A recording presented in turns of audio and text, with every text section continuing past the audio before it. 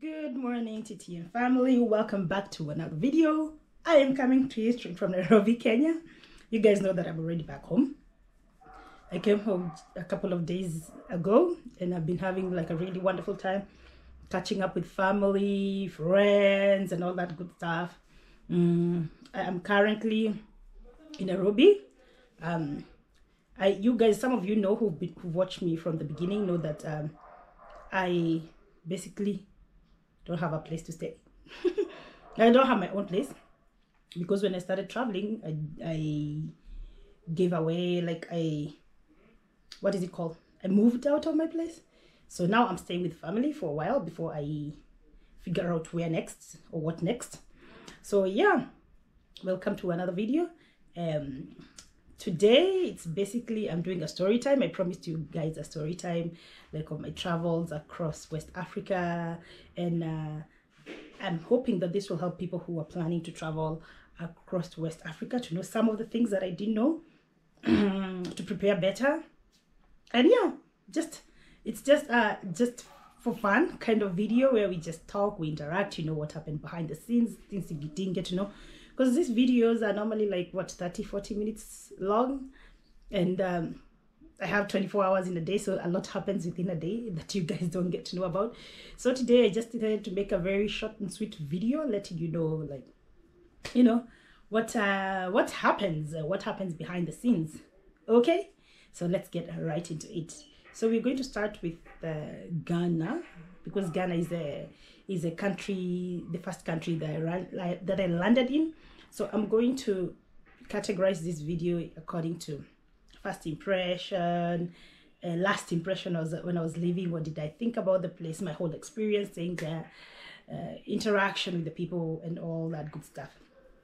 So Ghana, when I just got to Ghana, it was like, of course, Ghana has this reputation that Ghanaians are very hospitable, they're nice people, they're kind people, they're welcoming, and all of that stuff. So when I was going there, I already had this mental image of what to expect in Ghana. Like, I was expecting people to be jovial, to be all of, you know, what they're said to be. And to be honest, when I got there, it didn't disappoint.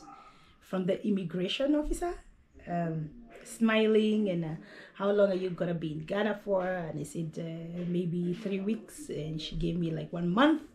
I feel like I made a mistake there. I should have asked for longer. I should have said I want to stay like 3 months, and that would have given me 90 days. To be honest, I didn't know that. And I was talking to, when I was in Ghana, I met up with Nappy Briggs. He's a Ghanaian YouTuber. If you watched one of my videos where I say he took me to China, in Ghana, I was with Nappy. And he told me that when he came to Kenya, he asked for 3 months. At the immigration, at the airport, they asked him, how long do you want to stay? He said 3 months, and they ended up giving him 90 days. So I didn't know that was an option. Guys, I didn't know that was an option. So next time I go to a place where it's visa-free, and especially where the two countries have like really good relationships, I think I'll try to push it and see how long of a visa I can get. So next time that I go to Ghana and they ask me, how long are you going to stay? I think I will say I'd like to stay like 2-3 months and see if they'll like give me such a long time, you know. If you don't ask, the answer is always no. So Ghana, Rwanda, Uganda, Tanzania, these places where it's visa free for us Kenyans, and maybe, well, for you Europeans and Americans, I don't think you have the visa problems. You don't have the visa problems that we do, because you guys, basically don't need a visa to almost everywhere. You can just wake up and decide to fly to whichever part of the world, and you just go, and you literally don't have to worry about stuff. I envy you. I envy you. In my next lifetime, I want to be born in a country with like a really, really strong passport, so I can just wake up and go literally anywhere. But yeah, so that's a tip for people who are traveling to visa-free countries. Try and ask for a longer time. You never know, it might be your lucky day. What's the worst could happen? They'll just say no, right? Yeah, so from the immigration officer, and then we got into the taxi. I remember that time it was Coco Girl and myself. We got to an Uber, and we were staying in Osu, which is a neighborhood in Accra. It's like a district or something in Accra. It's the happening places where like all the clubs, it's the fun place to stay. It's where the lively part of the city. So that's where we were staying, and we were driving at night, and I'm seeing these ladies walking, because it was late at night. It was like 2 in the morning or something like that, 2 in the morning, and we're driving, and I see these ladies walking at night, just by themselves, walking at night, and I was confused, and I asked the Uber driver, like, are they afraid to walk alone by themselves? He said, why? He looked at me like, why? He said, is it safe? He said, yeah, it's very safe. You can walk as you please. I was like, huh? Listen, even in Nairobi, I will not dare walk at 2 a.m. by myself. I would never, unless I'm in the estate, which is like a gated community. So if something happens to you, then it's very easy to track or trace who did whatever to you. But like out in the streets, I would never, as a woman by myself, never. So then we were just walking. I could see one lady there by herself. I could see another one standing at the road waving down taxis. 3. I was like, oh, wow. So that was my first impression of Ghana. It was like, Ghana is safe. Well, Accra is safe. Let me say Ghana is safe because I never saw anything to the contrary. The whole time I was there, I never saw anything to the contrary. So I'd say that Ghana for me was very safe. And that was my first impression.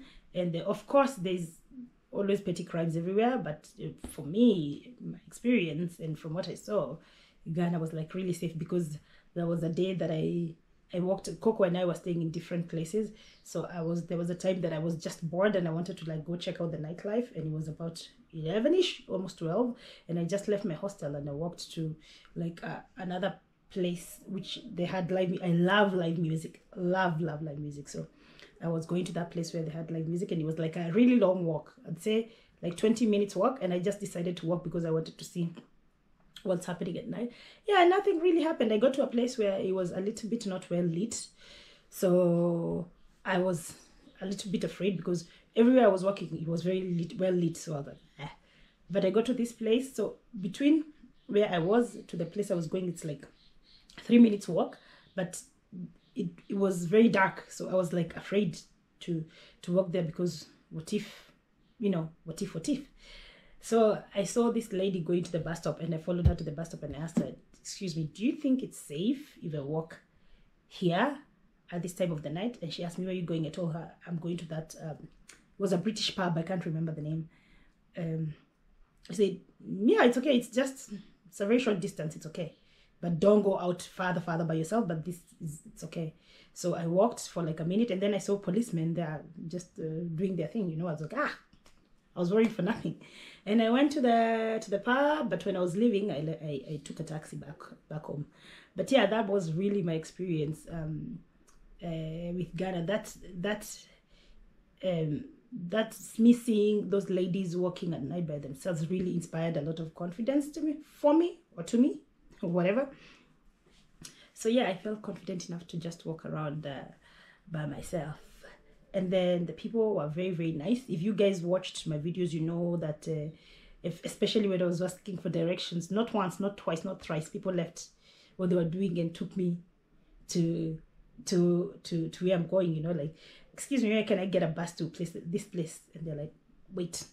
They stop what they're doing, they take you to the bus to show you where you can take the bus. For me, this was like, we are nice, but we're not that nice. We Kenyans are nice. I would say that level of niceness, we will direct you, but that's the most we will do. We'll just direct you. So that was like really, really nice. And yeah, I'd say the thing that I wasn't prepared for in Ghana mostly was the level of spiciness in the food. I feel like I should have started to eat a little bit spicy food here before I left, just to like prepare myself. So maybe that's a tip. If you're East African and you're going to West Africa, just start eating a little bit spicy food before you leave, because the what's it called, the from zero spice to like so spicy food, the impact is like crazy. My skin went crazy. I had breakout acne. I have struggled with acne since I was like 13 years old, but it comes and goes. But that time when I go to Ghana, my arms here, my back, like I reacted so badly. I had a lot of pimples, and I think I was reacting to the spice and the oil, because eventually they started disappearing. And I like to wear vests, so it was like but I was like I'm past caring at this age. It used to disturb me when I'm an adolescent. Now I'm an adult. There are things that just won't stress me anymore. So yeah, I feel like I wasn't very well prepared about that. The weather, I knew it was going to be hot, so I was prepared about that. But what shocked me is that the inland was also hot, because I was just expecting Accra is in the coastline to be hot, but if you go inland, and in my mind I was thinking the Kenyan way, because Mombasa is like really, really hot, but the more you go inland into Nairobi and other places, it gets cooler, so that's what I was expecting. But I got to Kumasi and it was like hot and humid, and I was sweating, and I was like, what is this place? So yeah, but generally I had like a really, really, really wonderful time in Ghana. I have to say, accommodation wise, it was I like staying in hostels, because first of all, they're affordable, and you guys know that I'm a budget traveler, and also it's very easy to socialize with other people in hostels, because most of the people living in hostels, they're solo travelers. So if you're a solo traveler, it's very, very easy to make friends in hostels. So there were hostel options in Accra, which was a good thing, but not too many options. I think there were like 2 or 3 options. So I feel like they could do more with that. That is an untapped business opportunity. I need more hostels in Accra. Yeah, so if you're Ghanaian, maybe look into that. Maybe look into that, because the ones that are there, the 2 that we could find, one was like the price fluctuated so much, it was like insane. So you go today, it's like $15. Tomorrow is $22. It's like, what? Why don't you have like a constant rate, and you're charging me $25 for a hostel, for a bed in a room with a lot of beds? Like,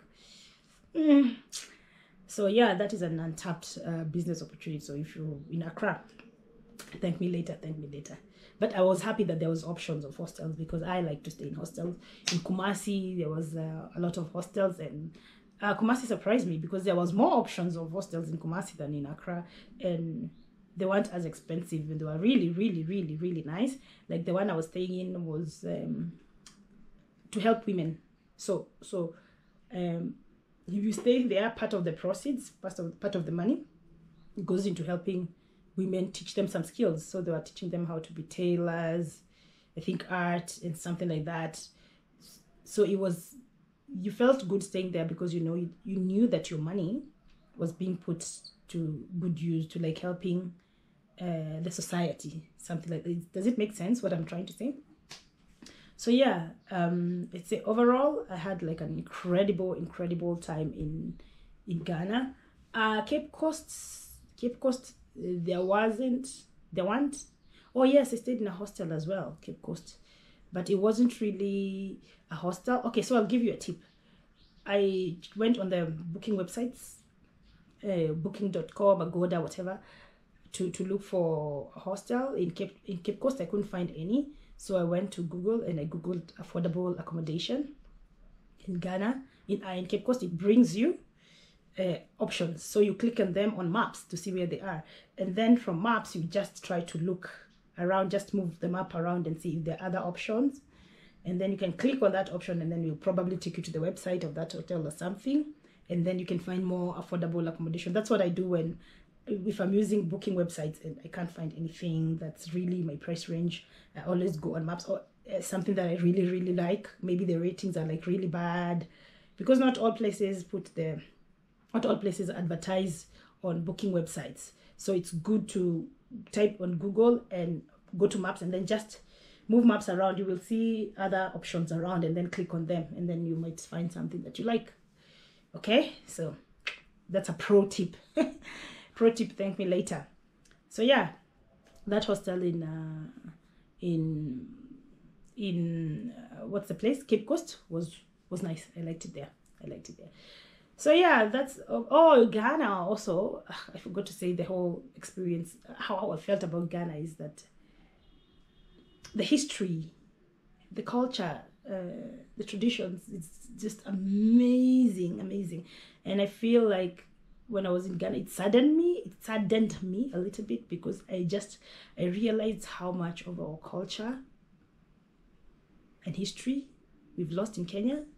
Like, being in Ghana challenges you, and you're like, wait a minute, do we not have history? Do we not have culture? What's going on? What's going on? Even the way we dress, wearing like a t-shirt. For them, you will see people in their traditional garb. It's like African garb. It's like, it's amazing. It's amazing. I wish we had more of that here, to be honest. I wish we had more of that. Also, the names there, they're like promise, favor, gift, you know. So, some name with a meaning. For us, it's like Susan. What the hell does Susan even mean? We don't have those kind of names with like meaning. And that was also, I saw that in Ghana and also in Nigeria as well. Nigerians, the ones with English names, they have many of them have names with an actual meaning. Promise, or just something, you know, something that means something, unlike us. So yeah, so overall, Ghana for me, would I go back to Ghana? 101%. 101%. In fact, I heard that Ghana is like really amazing in December. So hopefully one of these Decembers I'll be able to go there and just experience the whole vibe in December. So yeah, Ghana, keep being you. You are amazing. Never, ever, ever change. Okay? So now let's go to country number 2, Togo. So now I get from Togo, from Accra to Togo. So going from Accra to Togo, you have to go to Aflao border. So you just go take a bus to Aflao border, and then Aflao border you will walk. You can walk or you can take a motorbike. Motorbike guys will come to ask you, do you want us to take you across, blah, blah, blah, blah, blah. But I would advise you to walk, because it's not that far, and they may take you across past the immigration, because they think, especially if you're black, they think you're a local, you know, you're Ghanaian, and you have the ECOWAS card, which you can just go into the other country with. But for me, because I do not have the ECOWAS card, ECOWAS is an organization of some West African countries, which they have an agreement, open borders and stuff like that, for those of you who don't know. But for me, because I'm from East Africa, of course, I don't have the same privilege. So I'd say walk. First of all, travel during the day. Please travel during the day, because if you travel during the day, it will be easy for you to navigate your way around. So I went to Aflao. I walked over to the Togolese side, to the Ghanaian side. Ghanaian immigration just gave my passport, and they saw my passport and like, "You're Kenyan?" I said, "Yes." "Can you run?" I just started laughing, because I get this question everywhere. Every time someone sees my Kenyan passport, they're like, "Can you run?" And I'm probably the slowest person in the room, but anyway, we move. So we talked a little bit. They asked me, "Are you married?" I said, "Yes." They said, "And you're just traveling alone? Where's your husband?" "Where's your husband?" I said, "My husband is, he was with me in Ghana, but he left and he's coming back. He'll meet me in Togo." Because I felt like if I said I wasn't married, it would like open a can of worms. So I was just like, Actually, that's where I got the idea of getting the ring in Togo from, because I was like, I can't deal with these questions anymore. Let me just get my ring. So when I flash my finger, you know that I'm taken. Let's not go down. Let's not go down that path. So anyway, we just joked a little bit, and they stamped me out, and then I went to the Togolese side, and the Togolese immigration saw my passport, like, "Kenya." Again. And I'm like, no, not at all. But there it was a little bit ish, just because of the language, the issue with the language, because the immigration officer that I found couldn't speak English. He was trying, but he couldn't speak English. But luckily, another one came who could speak like better English. So I went there. I paid for my visa. I thought it was $25, but guys, when I did the conversion later, I found out it was $40. But online, it said it was $25. So later I was like, what happened to the $25? Because how did 25 turn into 40? And you can't say that they overcharged me, because on my passport they put stamps, you know, like stamps that you use to send mail, the one that you open and then and then you put on the envelope. They put that one with the 10,000 CFA, which is a currency there, and 10,000 and 5,000, which was in total 25,000 CFA, which if you convert is like $40. So obviously the whole amount is here, so you can't say they overcharged me. But how did it change? That was my mistake, because I should have done the conversion earlier. So if I knew they were charging me $40, I would have asked questions, you know. But because I didn't know, then I ended up paying more. So maybe that's a tip for you. If you are going to a country where you need to pay a visa on arrival, do the conversions first. If you know the price that you're supposed to pay, do the conversions first, just so you don't end up overpaying, like ended up doing, because I lost about $15, I think, but I didn't know. So anyway, so yeah, the immigration there was very swift. I had watched a video with Wadamaya trying to cross into Togo some time back, and like the immigration officers there were like stressing him up and like harassing him and stuff like that. So when I was going into Togo, I was pretty, what is it called? I was ready for a fight. I was like, you know, I have to defend myself, da da da da. But then I got there and very smooth. I just paid the money. Okay. Also, the other thing is that they do not accept dollars. You have to bring the CFA. They only accept their currency, which I didn't have. I just had dollars.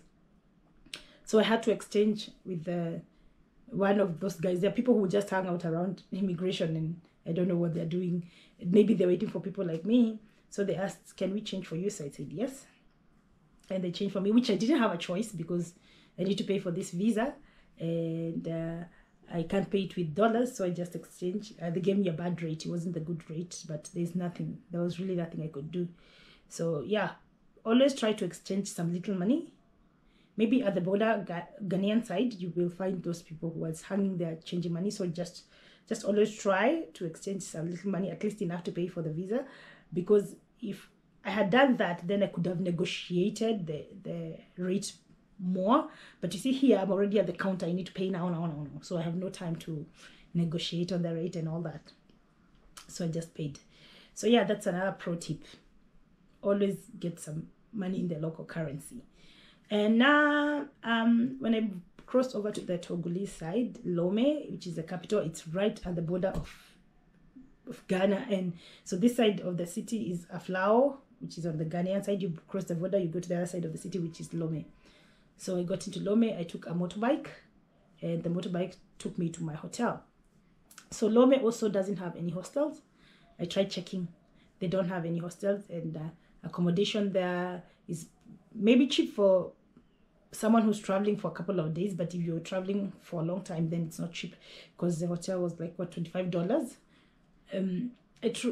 My budget for a night when I'm traveling for a long time should be like $15, you know, maximum $15. That's why I like hostels, because they normally range there.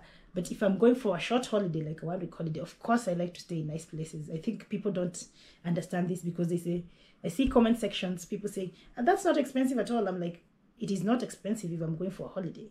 It is expensive if I'm traveling over a long period of time, you know. So anyway, the hotel was $25.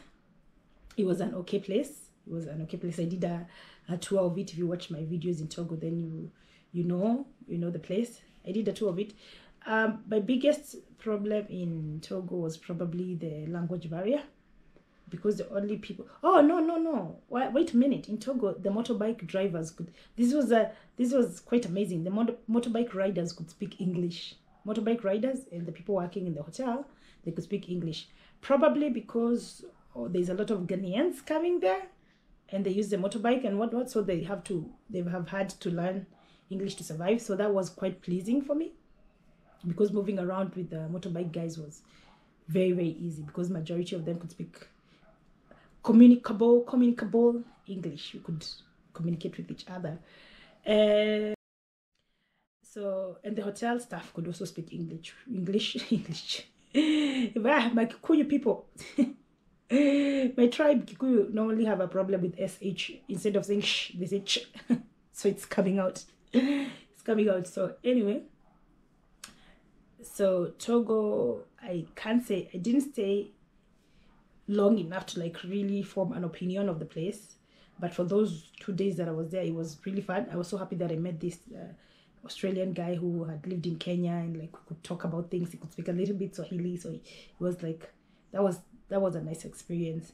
So yeah, Togo, I feel like next time I will refresh my French, and then I will go and explore for much longer, because the visa that they gave me was for 30 days, and you know, I ended up just staying for 3 days, 72 hours. And there's an option of a visa that they can give you for 30 days, and you can leave and come back. You can go into Ghana, and come back. So there's that other option. Of course, it's more expensive, but I think that next time that I'm going, I will just stay for longer, for sure. And then now let's move on to Benin, Republic of Benin. So Republic of Benin, from Togo to go to Republic of Benin, there are no buses. If there are, I couldn't find, because I asked my hotel around, nobody knew. So there is small like personal vehicles, small like normal cars, just basically. They're parked by the roadside, so you just come, fills up, and then you go. They're run by individuals. They're private. That's what I wanted to say. They're private. So from Togo, I forgot to tell you the hours. From Accra to Togo border is about 3 hours. From Togo, Lomé to Cotonou in Benin is also like 3 hours. So these places are very close to each other. So I got to the Benin border, and the immigration process so smooth. I just went, and I'm the only one in my car who was it ECOWAS. So I was telling the driver, I need to go to the visa. He's like, no. I told him, I need to go to the visa. He's like, no, you don't need to do it. I told him, I am not from ECOWAS, so I need to go to do the visa. He was like, okay, hurry up. So I went, I just gave my passport. Again, guess what they asked me? You're from Kenya? I was like, is that all we are known for? Are we all known for running? I even started burst out laughing, and everybody was like looking at me like I'm crazy, because for me it was like hilarious. It's the same question I've gotten at every immigration point so far, so it was like very, very funny. So I gave my passport. They just stamped me in, no questions asked, and they asked me for my yellow fever card. They checked, it was okay, no questions asked. And then I just went to the car. We went to Cotonou. So Benin, from the border of Togo all the way to Cotonou, the roads are amazing. I feel like Benin is so undersold, undermarketed, underrepresented, under everything, because the roads were amazing. The street lighting there on the side, it was like amazing. I was in shock. I was like, and it was so green. I was like, why doesn't anybody talk about Benin? It's an amazing, amazing country. And then I was staying in this area of Cotonou. Cotonou, I think, is the old capital of Benin. Now it moved to, well, Porto Novo, I think, is the new capital. So Cotonou is still the commercial capital, if I'm not wrong. So I went to this area called Cocotier. That's where I was staying. Cocotier. You guys saw my video in Benin. So beautiful, majestic homes, very well organized, very clean, everything. The city is so clean. So I was like, oh my God, what is the tourism ministry of Benin doing? Why are you sleeping on this country? It was like so beautiful, so amazing, and everything. It should be one of the most touristy countries in Africa, I think. If like they pushed it to its full potential, I think it has the potential to be all of that. But yeah, so in Benin, you guys remember that I tried to get money and my card wouldn't get money, which was freaking me out because I didn't have money for food or anything. But eventually I was able to get money. But my money was stolen from my room, because what happened? What else can you say happened? I slept. No, I had a certain amount of money at night when I was going to bed, and then the following morning when I woke up, I didn't have the same amount of money. Okay, maybe I didn't explain that very well. So when I got back to the hostels from buying food, when I got back to the guest house, it was a guest house because in Cotonou there are no hostels. They couldn't find any hostels, so I ended up staying in a guest house. So when I went to buy food and I came to the guest house, I had a certain amount of money. But during some point in the night, of course, I'd go down to the kitchen. The kitchen is downstairs. I'd go to the washroom was downstairs, and I wouldn't lock the door to my room. And in the morning when I was supposed to pay for the room, I found I had a less amount of money. So what happened between me coming home with this amount and then in the morning having to pay the room, and I didn't have the same amount? So, and I was explaining this to the guy at the reception, but he didn't want to like understand, which was pretty annoying. And there's no CCTV cameras, so we can't check what happened. So yeah, from that time I became paranoid, and I was everywhere I was staying, even going to the toilet, I was locking my room. Even if I was just going downstairs to the kitchen, I will lock my room because I became paranoid. I think that experience in Benin like really, you know, affected me in that way. But apart from that, the place was like really nice. Also, the other issue with Benin is the language barrier. There, even less people spoke English. Less people than in Lomé spoke English. So if you're going to Benin, you really need to have like proper French. Otherwise, you cannot survive. In Togo, you can survive a little bit, but in Benin, you cannot survive without speaking English, without speaking French. But from my Benin videos, you guys know that this country was amazing, very clean, very well organized, everything top tier. Even the floating village was like really clean, very nice. The way they've made the place is touristy. There's a place where you go, before you go in you have to pay, and then the money that you guys pay go back to the community to help with the community, which I thought was like a really good idea. So yeah, Benin, top notch, top tier, top something. Benin was amazing. And then I left Benin for Nigeria. So Nigeria, unfortunately, has a really bad reputation. Same to Ghana has a really good reputation. Nigeria, unfortunately, has a bad reputation. So when I went, because of that reputation, I had like my guard up and everything, because everybody was telling me, oh, be careful, da da da. But then I got to Nigeria and I'm like, why does Nigeria get such a bad reputation? It's not as bad as people make it sound, you know. Every place has its up and downs. Even Nairobi has its up and down. Everywhere, LA, whatever place you go to has its up and down. But I felt that Nigeria gets the bad reputation for nothing. It's not fair. It's not fair, the bad reputation that they get. But anyway, so from Cotonou, I was looking for Cotonou is in Benin. I was looking for a bus to go to Lagos. I couldn't find one. So again, we went to a place where they have the small cars, and they take you from Cotonou to Seme. Seme is the border between Nigeria and Benin, on the Benin side.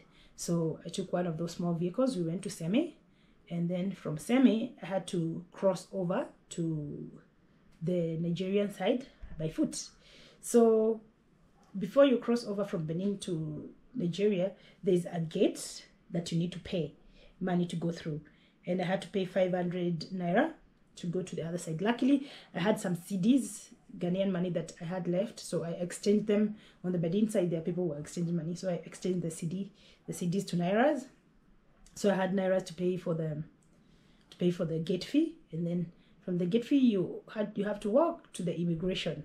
So these two guys, anybody who watched my video, most interesting border crossing, they know the two guys that I'm talking about. So these two guys, they like took me to the immigration, Nigeria immigration, and I got processed. And you guys have talked about that story in other videos, so you probably know. And then we went to the side where you get bus or the cars I couldn't find, but these guys, we went first to the taxi, but they charged too much, so we went to the small vehicles again, which are the ones that I used to go to Lagos.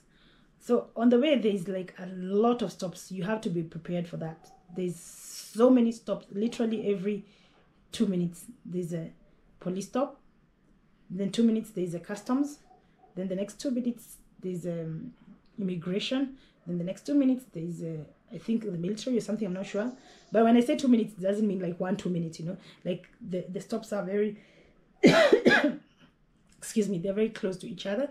So that the journey from Lagos, from the border to Lagos, should be like 3 hours, but it ends up being so long because of the stops, and also the roads are not that good, but they're getting they're doing new roads.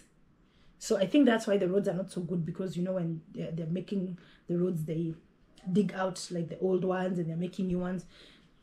So because that time it was raining and the roads had been dug out to make new roads, so it was like we had to go very, very slowly and add that to the police stops. So yeah, but I got to the place that I was staying in Lagos. Those people were so nice. They were amazing. The guest house that I was staying in, they were amazing. I first stayed in the Oshodi area. Really, really nice. They were too worried, I think, about me because they knew I was a foreigner. They were like super worried. They're like, "I don't want you to go here by yourself.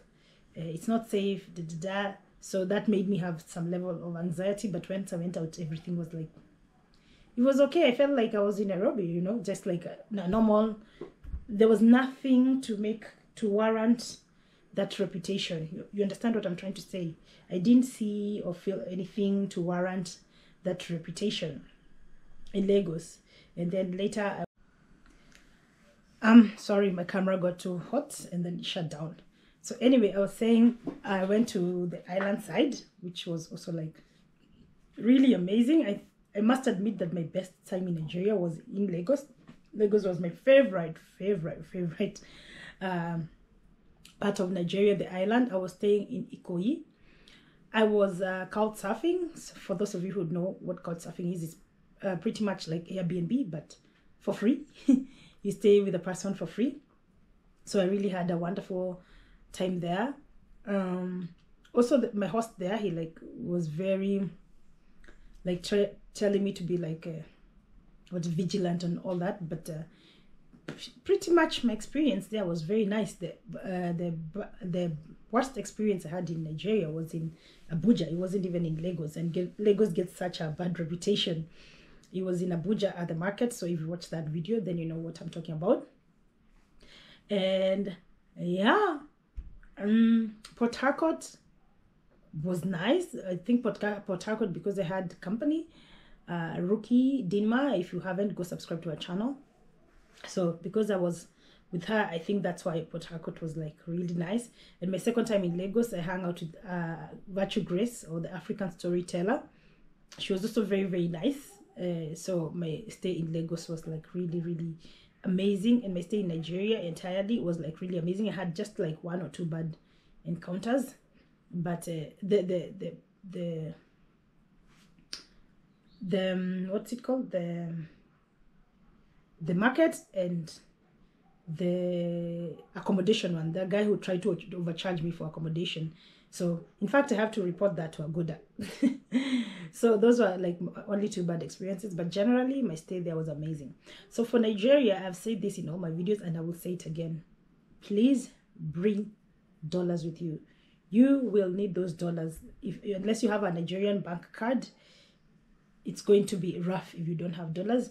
And that's why I couldn't travel more. I really wanted to travel more around Nigeria, but I was scared about the money because one day when I was going from Port Harcourt back to Lagos, I took a taxi from my accommodation to take me to the bus stop, and I had to pay the taxi. When we were getting to the bus stop, I had to pay him, but I had already told him that I don't have cash. You need to go through to the ATM to get money. And we went to several ATMs and I couldn't get money in either one of them. Like they were not dispensing, which is a thing there. especially in the evening, the ATMs, they don't dispense money. I think they ran out of money or something, ran out of cash. And so they have to add money in the morning. But you see, I was leaving like 6 in the morning, which means they hadn't added money for that day. So I couldn't pay for the taxi. I couldn't. I had to talk to Brittany Cardwell. Brittany, you're amazing. I had to talk to Brittany Cardwell at 6 in the morning. I was so lucky she was awake, because I don't know what I would have done. So I talked to her so she could do a transfer for me. They use a lot of bank transfers, so she transferred the money to the cab guy. So she paid for my taxi. Otherwise, I don't know. Actually, it was my taxi and my accommodation from the previous night, because even the previous night, I couldn't get enough money from the ATM to pay even for my accommodation, you know. So I was, that thing, it really, those different encounters with like not getting enough money, they really made me afraid to travel further, because if I don't know someone who could sort me out in such a situation, it could get, you know, dangerous or ugly or something like that, because the taxi driver doesn't know you. How are you going to explain to him, whoa, what not? So you see, so yeah, I can't emphasize enough that how much you should bring your dollars with you. Please please bring your dollars with you. The exchange rate, especially at the black market, I heard it's quite good. So yeah, overall my stay in Nigeria was good. Yeah, I liked it there. Also in Nigeria, I heard it's very happening in December. They call it Dirty December. So I hope that one of these Decembers, when I'll be able to go back to West Africa, I'll be able to go to Ghana and to Lagos for Dirty December. Okay, so thank you so much for watching. Thank you so much for being with me. I hope you learned a thing or two about, oh wait, for the land border, if you're not ECOWAS, for the land border in Nigeria, you cannot get a visa on arrival for the land border. If you're Kenyan or maybe East African or whatever, you can get a visa on arrival at the airport, but for the land border you can't. So if you want to use the land border, make sure you get a visa before you leave your country. That's a very important point if you ever want to go to do the same trip that I did. Okay, so if you feel like there's anything I haven't mentioned, drop it down in the comment section below. Drop your questions. I'm going to answer them. And thank you so much for hanging out with me. I really had a wonderful time in West Africa. West Africa, you're amazing. I'll be back for sure. Now I'm looking forward to new adventures. Okay, sending you love and light. I'll see you in the next one. Premier Gang, as always, thank you so much for your support. Drop a comment. Let me know what you think about the video, and if there's anything else that you would like me to address from that trip. Okay, see you in the next one. Bye.